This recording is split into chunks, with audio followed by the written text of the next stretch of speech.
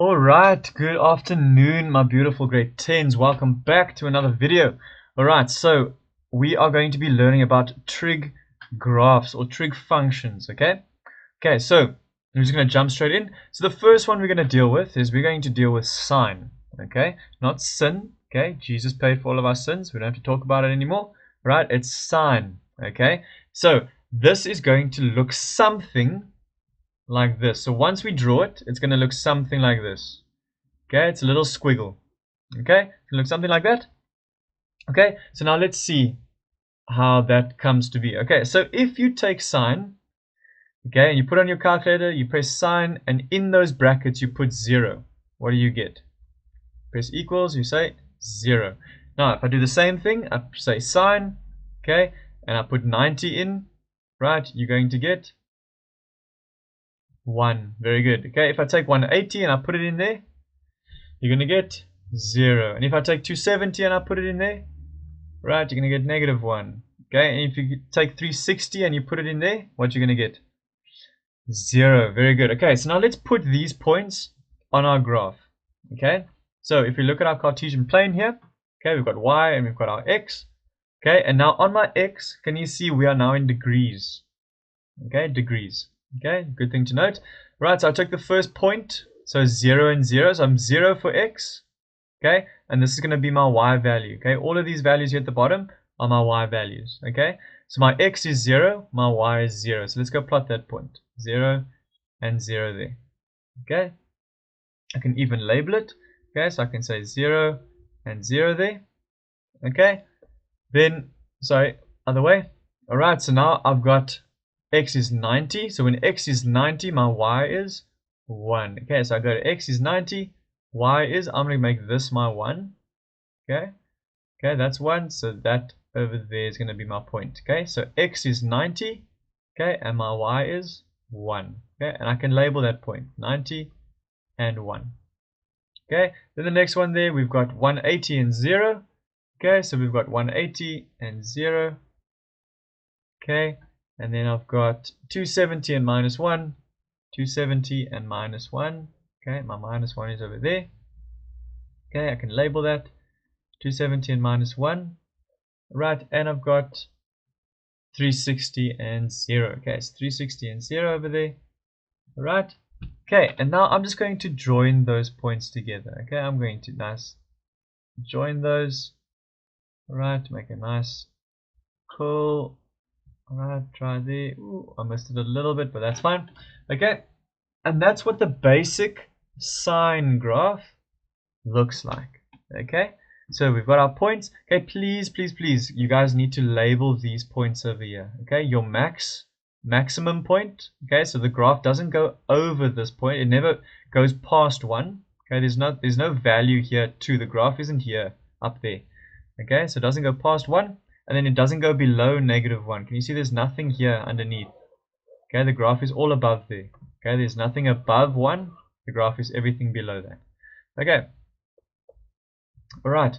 And we need to label our minimum point there as well. Please, please, please, please. Okay, so now if I'm drawing sine graph, okay, with a domain of x is an element of negative 360 to 360, right, I need to put in this negative 360 part as well. Okay, so I'm just going to copy exactly this thing over here.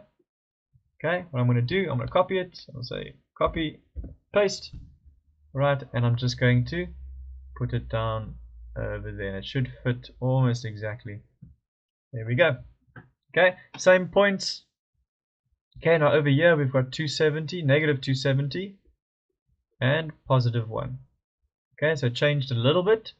Okay, and this one over here we've got negative 90 and negative 1. Okay, alright, so can you see that one cycle of my sine graph, okay, has a domain of what? Remember, domain is my x values. Okay, so one cycle is a domain of 360 degrees, because after that 360 it's just going to repeat itself. Okay, so here it is. So from negative 360 to 0 we've got a sine graph. Okay, basic shape, and then as soon as I get to 0 I just repeat it. Okay, so we've got another cycle. Okay, so one cycle of a sine graph is 360 degrees. Okay, and that we're going to learn now what we call that. Okay, so firstly, we've got some questions here to answer. Okay, so if I look here, the maximum value of the sine graph is what? So what is my maximum value?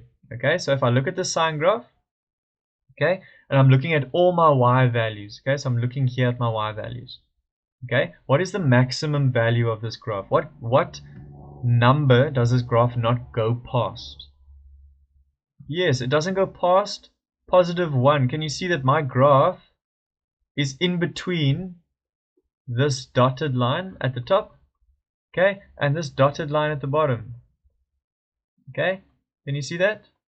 Okay, so that sine graph is in between those two dotted lines. Okay, so my maximum value there is a y value of +1. Okay, so my maximum value is 1. So what is my minimum value? My minimum value is going to be -1 because the graph doesn't go below here. There's nothing here. Alright, there's nothing there. Okay, so my minimum value is -1. Okay, so -1 there. Now the range. Okay, range is which values? X or Y? It's my Y values. Very good. Okay, so if I look at the Y values, whoopsie. If I look at my y values, okay, what is my range? Okay, so where does this graph exist? Between which two y values, or which y values? Good. Can you see that all my graph, this whole graph, everything is in between -1 and +1? Okay, so all of this, let me get a highlighter. Okay, this whole graph is in between these two values. There's -1 and +1. Okay, my graph is in between these two green lines. Can you see that? Okay, so my range, okay, is going to be -1, okay, and 1. Okay, but my y values is everything in between and equal to. Okay, because my graph does touch at 1 there, and it does touch at -1, so it's equal to -1 and equal to 1. Okay, so it's in between all my y values, in between 1 and -1. Alright, okay, nice. Now the definition of amplitude. Okay, so amplitude, okay, is basically, if you want to think about it, it's the distance between one mountain or one valley of our graphs. Okay, so the mountain over here, so between the x value and my peak of my mountain, okay, that's going to be my amplitude. Okay, or my amplitude, if you want to look at it the other way, okay, it's going to be the distance between the x-axis and my valley over here. That's going to be my amplitude. Okay, so what is the distance of that mountain over there, the peak of that mountain? Okay, so from the x-axis to the peak there, what's the distance? It's 1. Okay, so we've got a nice little formula there. Okay, so it says it's half the distance between the maximum and the minimum value. Okay, so if I look here, the minimum value is -1 and the maximum value is 1. So what is the distance between -1 and 1? What's the distance? It's 2, right? Okay, so 2. So my not my amplitude, my distance is 2. Okay, so my amplitude is going to be a half of 2. Okay, because my distance between the maximum is 2, and half of 2 is 1. So my amplitude is going to be 1. Amplitude is 1. Okay, so that's a nice little formula for you to remember. Okay, and also please always remember your amplitude, okay, is always positive. Always, always, always positive. Never, it will never be a negative number. Okay, it's always going to be positive. Okay, alright, so sine, okay, sine of x repeats its basic shape every, okay, we already answered that. Okay, so remember I said one cycle, okay, is 360 degrees, okay, because every 360 degrees, okay, my graph is going to repeat itself. Okay, so I can say there, it repeats itself every 360 degrees, okay, and this repetition is called the period. Okay, it's called the period. Okay, so when in the exam, when they say, okay, what's the period of sine of x, okay, you're going to write 360 degrees. Okay, so we can say that the period of y is equal to sine of x is 360 degrees.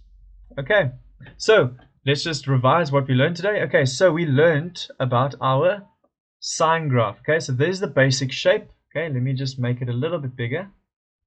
Okay, so we've got a basic shape of sine graph. Okay, so it looks like this. It looks like a nice little wave. Okay, some of you guys do science, so you know what a wave looks like. Okay, so we've got critical points that we need to remember for our sine graph. Okay, this is stuff you need to memorize, something that you just need to know. Okay, and we've learned it already. Okay, so we start a sine graph at which point? 0, 0. Okay, then I go up and I get to my maximum point there. And what is that critical point over there? 90 and 1. Good. Then I come down and I touch the x-axis at 180 and 0. Then I go down to my minimum value at 270 and negative 1. And then I come back up to my x-axis at what value? At 360 and 0. Okay, so please, please, please, you guys need to memorize those points. You need to memorize the basic shape. This is your basic shape. Okay, so this is your y is equal to sine of x. Okay, if you know this basic shape, if you know this shape off by heart, okay, in your brain it's there, you know all these points. Okay, when we start doing shifts, okay, we're shifting up and down, or when we're stretching this graph, okay, it's going to be a lot easier if you know what the basic shape is. Okay, so we're going to do the basic shape of all three. So we've got sine, cos, and tan to still do. All right, and I'm going to do the cos in the next video. Okay, well done, guys. That is the lesson for today. Okay, I hope that helps with your tests and exams. Okay.